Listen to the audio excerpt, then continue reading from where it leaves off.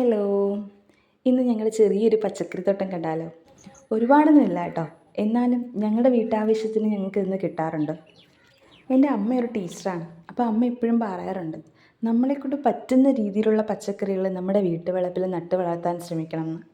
അപ്പോൾ അമ്മ എപ്പോഴും ഇത് പറയുന്നുണ്ടും അമ്മ അത് ചെയ്തത് ഞാൻ കണ്ടതുകൊണ്ടാവാം എനിക്കും ഒരു വീട് വെച്ചപ്പോഴേക്കും ഞാൻ എനിക്ക് നട്ട് പച്ചക്കറികളൊക്കെ നടാനും അല്ലെങ്കിൽ എനിക്ക് ചെടികളൊക്കെ നടാനും ഒക്കെയുള്ള സ്ഥലം ബാക്കി നിർത്തിയിട്ടാണ് ഞാൻ എനിക്കൊരു വീട് വെച്ചത്.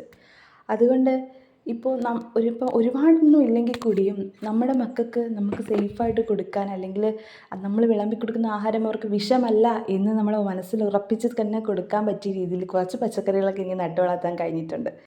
ഓരോ വട്ടവും അതിൽ നിന്ന് വിളവെടുക്കാൻ കിട്ടുമ്പോൾ മനസ്സിന് സത്യത്തിൽ പറഞ്ഞറിയിക്കാൻ വയ്യാത്തൊരു സന്തോഷമാണ് ഉണ്ടാവുക. എൻ്റെ ഒരു ചെറിയൊരു പച്ചക്കറിത്തോട്ടം നിങ്ങളുമായിട്ട് ഷെയർ ചെയ്യണമെന്ന് തോന്നി. അതാണ് ഞാൻ ഈ വീഡിയോ ഇടാൻ കാരണം. ഞങ്ങളുടെ ഈ വീഡിയോ എല്ലാവർക്കും ഇഷ്ടപ്പെട്ടെങ്കിൽ സബ്സ്ക്രൈബ് ചെയ്ത് സപ്പോർട്ട് ചെയ്യുക. മറ്റൊരു വീഡിയോയിൽ കാണുന്നവരെ ടാറ്റാ.